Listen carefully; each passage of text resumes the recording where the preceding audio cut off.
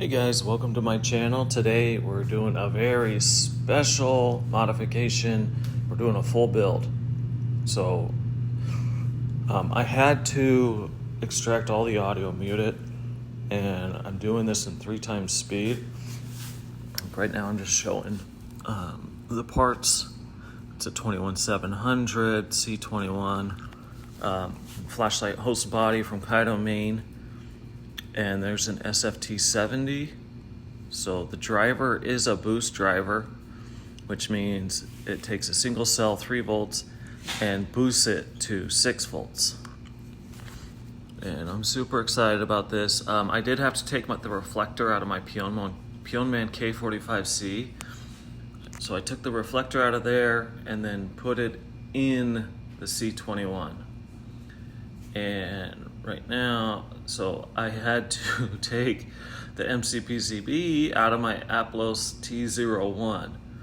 And I just put that 20mm Black Kitty Liquor MCPCB, I put that back in the Aplos with an Sft70. So I doubt I'm gonna keep it like that, but you know, I like to do a mod every day. Alright, so I'm cleaning up the MCPCB and getting the LED ready. And because it's a brand new LED, I want to use solder paste. So I use Chip Quick. This is no lead stuff. It works pretty well. I have no problems with it. Next time I will get leaded as this unleaded stuff has a higher melting point and is harder to deal with. But just make sure and wash your hands after you handle lead, any leaded products, and you'll be okay. So there's a small little like negative sign on the front of the LED, and that tells you, like it looks like a, like a negative sign on one side of the LED and it's not on the other. So that's how you can tell on the front which direction it goes on. And on the back there's like a little indent as well. And that's for your cathode side. Right now I'm raising the temperature up to 180 degrees Celsius, and that will cause the solder to reflow, and you'll see it liquefy. And I'm going to slow it down right here so you guys can actually see the solder paste turn into solder and suck underneath the LED. You see that? So it sucks in underneath and forms like just perfect bonds with the LED and the pad. It's just the coolest thing. So now that it's reflowed and on there, I need to make sure it's centered and that there's not too much excess solder. So I tapped the top real quick and a big solder ball came out and stuck to the bottom of my tweezers. And I've never had that happen before. So now I'm just making sure it's centered right.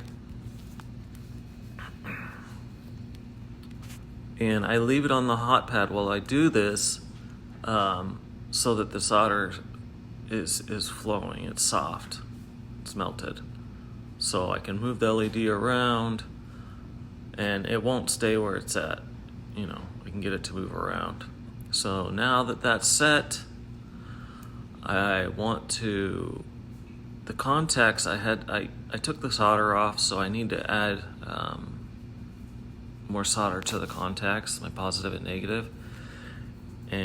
But before I even do all that, I gotta clean it and also make sure that it works.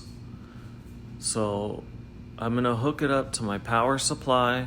Well, right now I'm cleaning off the little solder beads, little solder balls that come out. Just making sure it's perfectly clean. I don't want to have any connection issues whatsoever.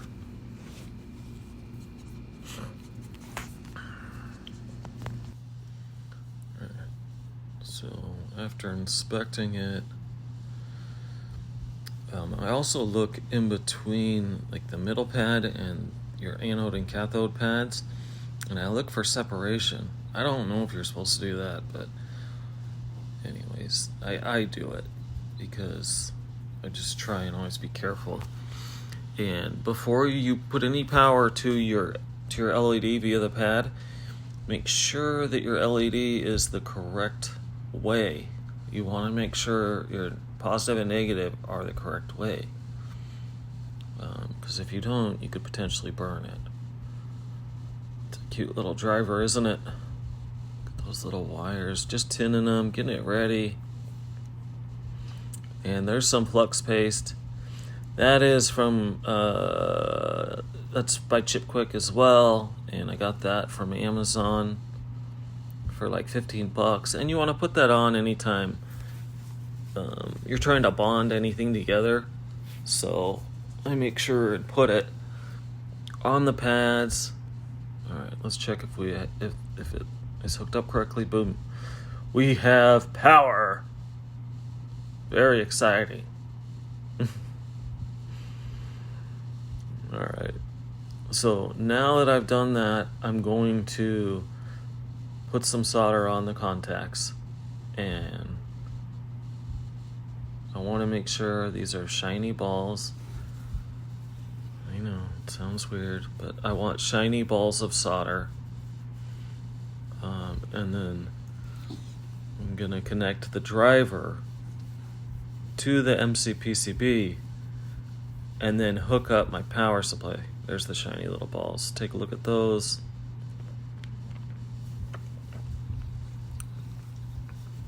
Alright, so make sure and hook up your driver the correct way, negative to negative, positive to positive. And you want to make sure that the wires are buried in the solder ball. You don't want any strands hanging off at all. Make sure all the strands are in the solder ball. I mean, honestly, if you can't get them all in there, I understand. But you will just want to make it a habit of doing that. Alright, so there we go. We have power. I'm putting in 3 volts, and it's boosting it to 6 volts. So, super happy about that. Now I'm going to disconnect the driver and get ready to put everything back together. Not back together, just put it together. So, it's completely empty, you can see. Empty. I'm taking out there's a brass retaining ring that will hold the driver in. So I need to take that out before I can put the driver in there. And the driver didn't fit. There were a couple of like just rough edges at first. And so I needed to sand it. I mean,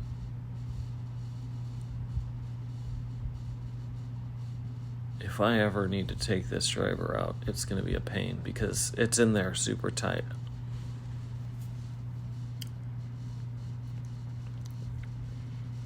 I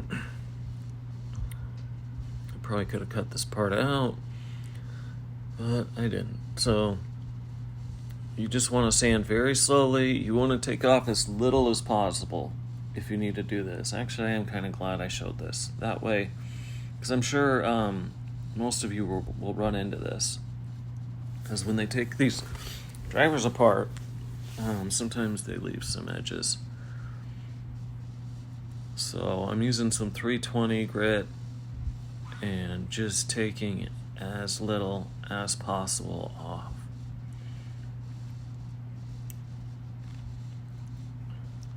So I don't damage anything. You can really mess one of these up.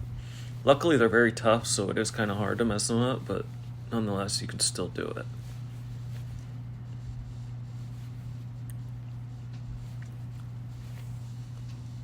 Alright, so now that it's going in, I end up taking one of my big screwdrivers and wrapping the head with a paper towel. Oh, I'm not there yet.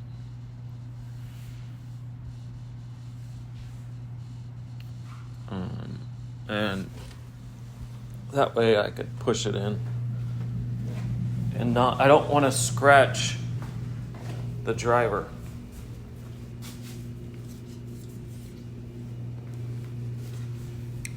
At least not too bad. Alright, so I'm pushing it in with the big screwdriver right now. I have it set. Now I'm putting the retaining ring back in to hold it, and a lot of flashlights don't have these retaining rings. Sofern, Workos, some of their lights don't have the retaining rings. Convoy usually does, and it looks like these host flashlight bodies usually do. I actually really like the retaining ring. I think it looks clean, looks nice. And now, so the wires are a little long. I didn't measure them before I put the driver in. So I'm trying to stuff as much wire into the holes. And I didn't say that incorrectly. I said wire. So I'm trying to stick as much wire into the holes. That way I have some extra wire in case I need it later. Alright, so adding more flux paste. And more solder after I removed the contact drivers from the last time.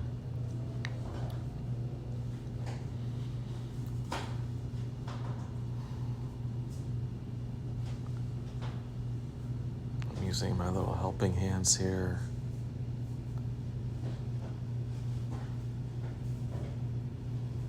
I mean, you can just solder straight on like a silicone mat, like the one I have. I don't know why I did it that way, but when the mood strikes, what you gonna do? Alright, so now I'm going to cut my leads to size, and I end up snipping them, like taking the silicone off the edges, exposing the wire. I ended up just gripping them with my tweezers and then using another set of tweezers to pull the silicone right off. It worked really well. It was crazy. So I'm just gripping the wire below where I want it and then using my other tweezers and just ripping the silicone off. And it worked great. Like last time I was sticking a razor blade in there.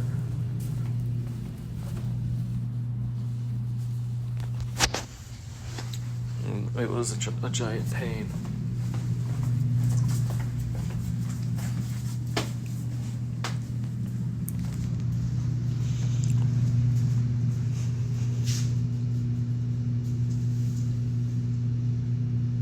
Alright. Now I want to tin the wires.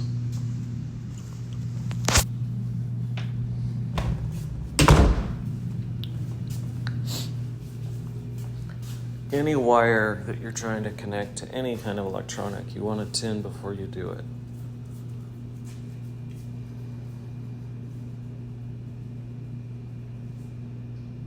Especially a driver to an MCPCB. Excuse me. But this is a really fun project. I had a lot of fun doing this. There's Topta. That's thermal paste. I'm gonna go with a different brand next time. I'm not super happy with this stuff. I've heard that there's better brands out there. I've heard people mention, I think it's Arctic or something like that. Arctic MX Arctic, something like that. So I'll probably check that out next time. But I have the MCPCB centered, and now it's time to hook up the wires to the MCPCB.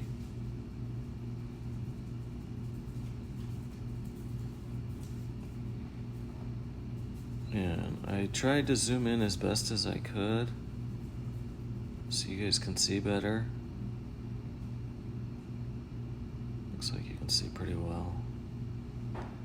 So I add the flux paste to the leads and the pads. So both sides get flux paste, and really I use a bigger head now. As I've been working on my soldering, it's become so much better. I use a bigger head. I do, like, I I'm on there for literally just a few seconds, and I had to do that one off camera because I couldn't get a good angle. But there's nice shiny balls. The wires are buried in the solder, and ultimately that's what you want. So let's see if it works. Installing the driver. Oh, we have power. And I was super excited to get power. Alright, so I got it all cleaned up and ready to put back together. So I did have to take that reflector from my Pionman K45C. Can't use a smooth reflector with an Sft70. The beam is just horrible. So you want to make sure and have a gasket. For an Sft70, it's a 50-50 gasket, and then there's different sizes based on like the base size of your reflector. This one I think is 11 millimeters, something like that.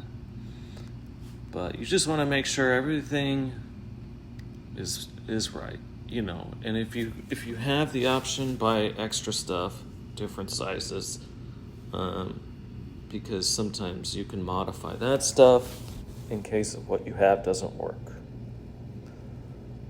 But the beam is beautiful. The light is beautiful. I'm super happy with it. And I hope you all learned something from this video. I love doing this stuff. I mean, it took me a month to get these parts, but I'm so happy that I finally got it and that I was able to videotape it and share it all and share this video with you. And if you guys have any questions at all, feel free to message me. I'm always willing to help and share videos to help you guys. But thanks for watching. Please subscribe if you're new.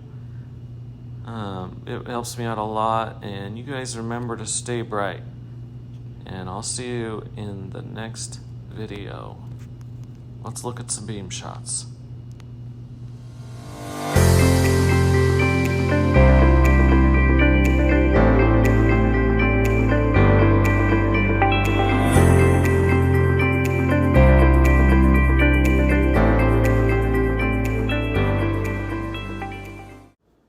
So now comes the fun part, checking out the beam shot.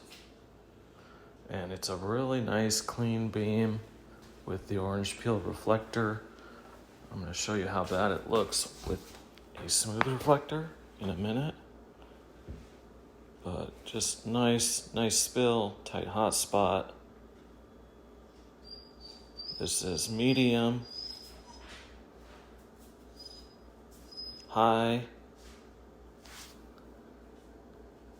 and then turbo.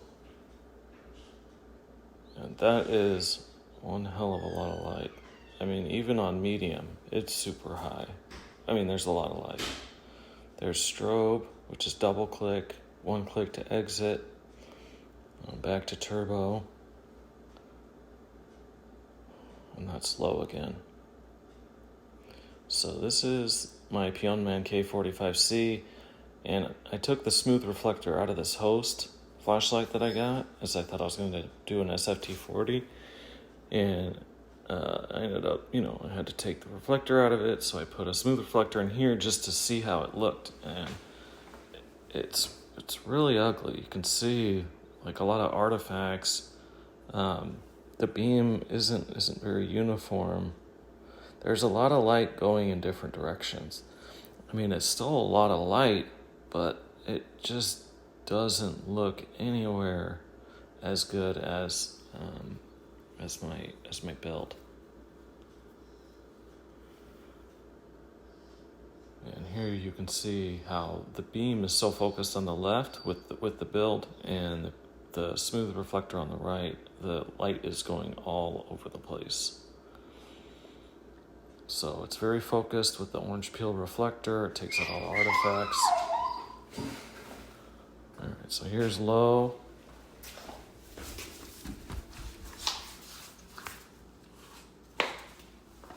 Medium.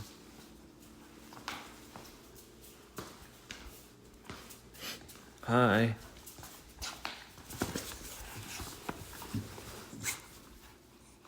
And turbo.